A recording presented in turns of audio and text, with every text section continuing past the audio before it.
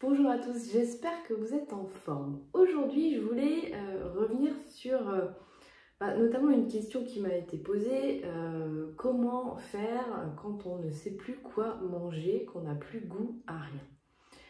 Alors, je vais y répondre surtout en répondant à pourquoi on en arrive à ce stade-là. Et ça, c'est important d'en avoir conscience. On arrive souvent à ce stade-là où voilà, on n'a plus goût à rien, et au niveau alimentaire, et souvent rien n'est sectorisé en général. Quand on n'a plus goût à rien au niveau alimentaire, on peut se retrouver aussi dans une période un peu morose où on va avoir goût à rien aussi dans sa vie. Ça peut aller ensemble. Et un des facteurs, alors c'est pas le seul, hein, mais voilà, moi sur cette chaîne je parle beaucoup d'alimentation, de nutrition, et l'idée c'est de faire prendre conscience aux personnes que ce qu'on mange peut en tout cas avoir un impact sur notre état aussi émotionnel et sur le goût. Alors, qu'est-ce qui se passe au niveau du goût quand on se retrouve dans cet état-là? Eh bien, souvent, c'est que l'alimentation moderne, celle qui est ultra transformée, celle qui est remplie de sucre, que ce soit par les plats préparés, que ce soit par l'alcool, que ce soit par les sodas, que ce soit par les sucreries, toutes ces choses-là qui sont en dehors des aliments bruts, naturels, toutes ces choses-là vont faire en sorte que, au bout d'un moment, nos papilles ne vont plus être en mesure de reconnaître les bonnes choses. Notre corps ne va plus être en mesure de reconnaître les aliments bruts dont il peut avoir besoin. C'est pour ça que c'est difficile de dire aux gens, écoute ton corps, il va te dire ce que tu as envie. Oui et non. Alors c'est vrai que de base, notre corps va naturellement nous dire ce dont on a envie. Si je prends mon exemple, quand j'étais dans le défi zéro sucre la semaine dernière, à un moment donné, j'ai eu une envie de carotte. Voilà.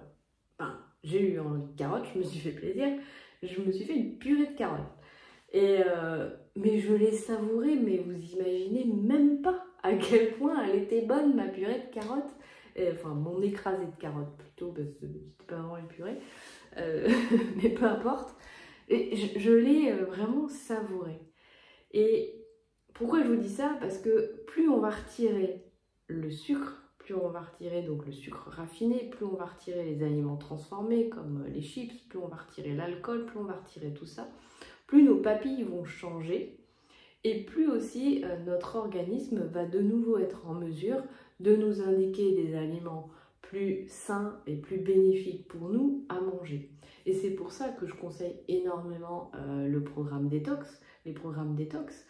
Non pas, alors certes je les adore, c'est des programmes que j'aime énormément, mais parce qu'ils permettent de nettoyer, ils permettent de faire en sorte, comme si je prends la détox C9, parce que ça reste mon programme préféré parmi les deux programmes, pendant ces 9 jours, clairement, on va permettre aux papilles de revenir à des papilles qui savent reconnaître les aliments, le goût. Voilà, c'est vrai qu'à la fin d'une détox, alors je vais vous partager un exemple que j'ai gardé toujours en tête. Je me souviens d'une détox où on a été derrière, on s'est fait plaisir, on est allé au restaurant, j'ai mangé une sole. Mais alors déjà j'adore la sole comme poisson, mais alors là, mais c'était une jouissance buccale. Parce que, oui, à partir du moment où on laisse nos papilles se refaire, se renouveler, alors il faut savoir qu'il faut une dizaine de jours aux papilles pour se renouveler. Donc, alors, si on a tendance à manger très très sucré, ça va pas se faire que en 10 jours non plus, parce que si c'est des habitudes de des années et des années, voilà. Mais je vois, moi aujourd'hui, je cuisine forcément moins sucré. Quand je mets du sucre, c'est du sucre de coco, etc. Je vois bien que dans mon entourage, les personnes souvent trouvent que ma cuisine n'est pas assez sucrée, alors que moi je le ressens, le goût du sucre, le peu de sucre que je mets. parce que j'ai changé, à force de changer mon alimentation, j'ai changé aussi ma sensibilité au goût sucré et que je peux aussi m'éclater comme la semaine dernière avec une purée de carottes qui, forcément, la carotte, ça reste un aliment sucré. Mais ça a été voilà, un vrai plaisir gustatif. Donc, voilà pourquoi on arrive souvent à la perte de goût, c'est parce que on a eu une alimentation trop riche, trop transformée. On a mangé plein d'aliments qui étaient remplis de toutes ces choses qu'on connaît pas trop d'ailleurs, et que ouais, au bout d'un moment, le corps il a plus goût en fait. Et alors ça peut aussi être en lien avec la candidose intestinale. Ça, voilà, vous savez que c'est un sujet que je connais un peu mieux puisque j'ai tendance à faire de la candidose intestinale quand j'ai des poussées de stress par exemple. Donc clairement, le candidat qui nous pousse à manger très sucré, fait que au bout d'un moment, tout ce qu'on mange n'a pas assez de goût. Bon, bref, ça c'est un cas bien particulier.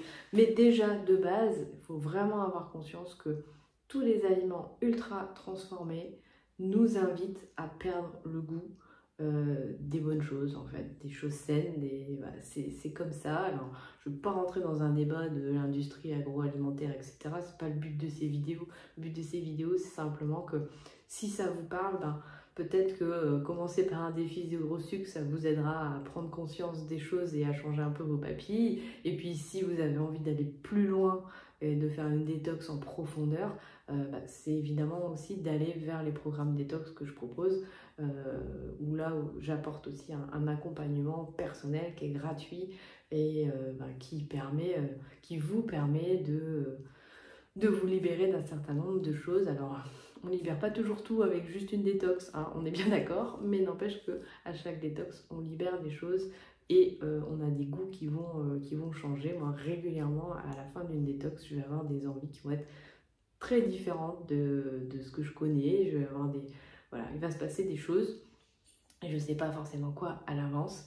Mais je sais dans tous les cas que à faire des nettoyages réguliers, alors j'en fais pas tous les 4 matins non plus, mais j'en fais au moins 2 par an, à chaque fois ça me permet de retrouver justement ce goût des choses et ça se matérialise aussi dans ma vie de tous les jours parce que ça me redonne voilà, de nouvelles envies, de nouvelles idées, ça éclaircit aussi les pensées, enfin voilà, hein, rien n'est, comme je le disais en début de vidéo, rien n'est sectorisé, c'est pas, on peut pas dire j'agis là-dessus et ça va pas avoir d'impact sur le reste, c'est pas vrai, hein. Quand on agit sur un point, ça impacte tout le reste forcément. Voilà ce que je voulais vous partager aujourd'hui. Dans tous les cas, je vous souhaite d'être en forme et je vous dis à bientôt.